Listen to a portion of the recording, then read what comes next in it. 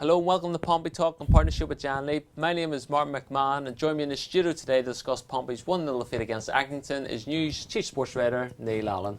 Neil, you're at the game on Saturday. Some of the terms you used for it in your reports in today's paper is lacklustre, uninspiring, not what you'd expect from a side looking for 5 games in a row, unbeaten. Yeah, the Thesaurus took a big bashing this weekend, really. It was very flat. Everything about them was flat. So many poor performances.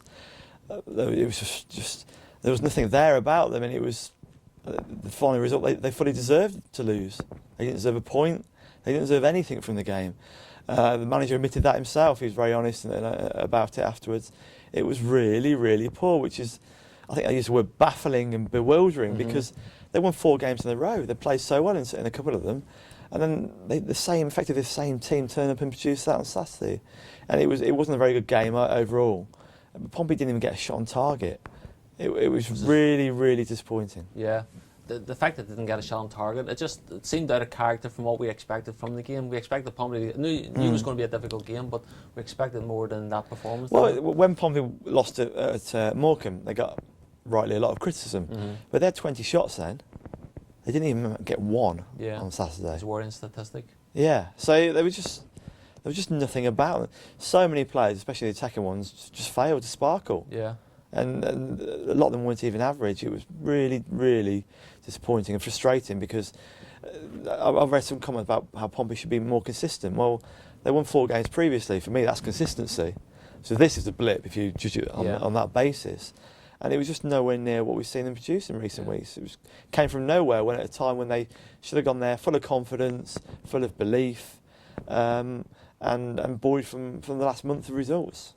Yeah. Well, Paul Cook has said that he was disappointed with some that he'd given a chance to, namely Kyle Bennett and Michael Smith. Can you see where he was coming from there, that they didn't take the opportunity? Yeah, he obviously stopped short of naming names, but it's obvious that the people he gave opportunity to were those two, and that they both failed. It was confusing why Bennett was brought in the team when the previous 3 league games he didn't even make the squad, and he played for the reserves on Monday, and he failed to shine there as well, but he's back in the team. Michael Smith, first start in 5 games, having been away, and came in against Yeovil in the Checkatrade Trophy, and he's another one that didn't take his opportunity, and that was a blow, because he was offering the chance to show what they could do, and they failed. But they weren't the only ones. Let's not have a witch hunt against those two. Baker didn't play well. Roberts didn't play well, although apparently he was ill before the game. And a lot of Ender Stevens didn't play well. There were a lot of poor performances in that team. Too many to carry to even get a point. It's not about 2 players. It's about more than that. Yeah. It was a team performance, very below par, and a concern. Can you even criticise Michael Smith for his performance? At the end of the day, he's paying off the service that's provided for him. Yeah, he struggled there, but he's not played for a while. He struggled to retain the ball. He barely won a ball in the air up against their central defenders, which was Cook's concern, putting Chaplin up there, because he got 2 big centre halves and how Chaplin would cope. When Chaplin came on, he made no impact. But Cal Naismith really struggled when he came on, kept falling over the ball and giving it away. So again, the subs came on and didn't do a lot either. Yeah. It's just one of those days. Yeah. Just not good enough, and lost as a result. Obviously, there was a lot of debate about Connor Chaplin going into the game, and it opened the debate again that why was he not starting. But from our understanding, Cook never really was going to play him in this game. Sure, he wasn't from the start. Well, he said in the build-up that he wasn't sure about it. He thought it would be a physical game, that perhaps not the right occasion for Connor to be brought in. It's obviously different at home, isn't it? But that was his thinking as a manager. And Michael Smith couldn't win anything against the defenders. But it's always brought back to Connor Chaplin, isn't it? And Cook will be criticised over the selection of Smith and Bennett. Yeah. But he had to change a winning team, as people say, because Main was out injured. So that's one change he had to make. Whether that's Connor or whoever, that's a change. And with Laukovic, he decided to bring him out and put Bennett in. Right, okay. Well, looking at the goal then, Paddy Lacey's goal was unbelievable. Can you put any blame towards David Ford in that their situation? Oh, not a chance. It was a really good goal. The guy had his back to goal spun top corner. It was just superb, 30 yards. It was in a game with no quality. That was the only little bit in there. It was an awful game. They did that many shots. Forward barely anything to do apart from take some good takes from corners late on, especially. But neither side played well.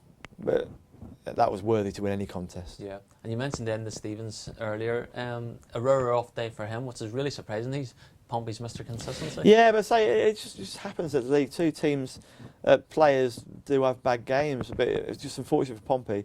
So many had them in one game when they've been so consistent throughout, and the manager, I think, just couldn't explain it. It was just like we deserved to lose. Was it anything positive to take out of the game? Final whistle was just rubbish. just nothing. There's just nothing at all about that. Tom Davies was superb, I thought. Yeah. On his way back, he really silenced Billy Q. It was fascinating because every time he went right up the back of him, he had his arms round him as well, and every time their fans were appealing for a foul and holding, and he didn't get punished at all. And there was a wry smile towards the end, and him and Billy Key walked off talking at the end. Yeah. He marshalled him very, very well because Billy Key can score goals. Yeah. He's just a rugged central defender, and Burgess did right alongside him as well. No blame for those two whatsoever. Yeah. It was just so many of the rest of their teammates were poor. Yeah. We all know football is a fickle business, but you can't all of a sudden start slamming Pompey for one result. It is purely a blip, and coming off the back of such an impressive run. Exactly. Pompey win 4 in a row, and then suddenly they lose 1, and suddenly people are saying change the manager, which is you just won 4 in a row. Yeah. If Pompey win the next 4, so they've lost 1 in 9. That's great, isn't it? Yeah. You can't get called a manager every time you lose 1 in 5 games. It's ludicrous. Yeah.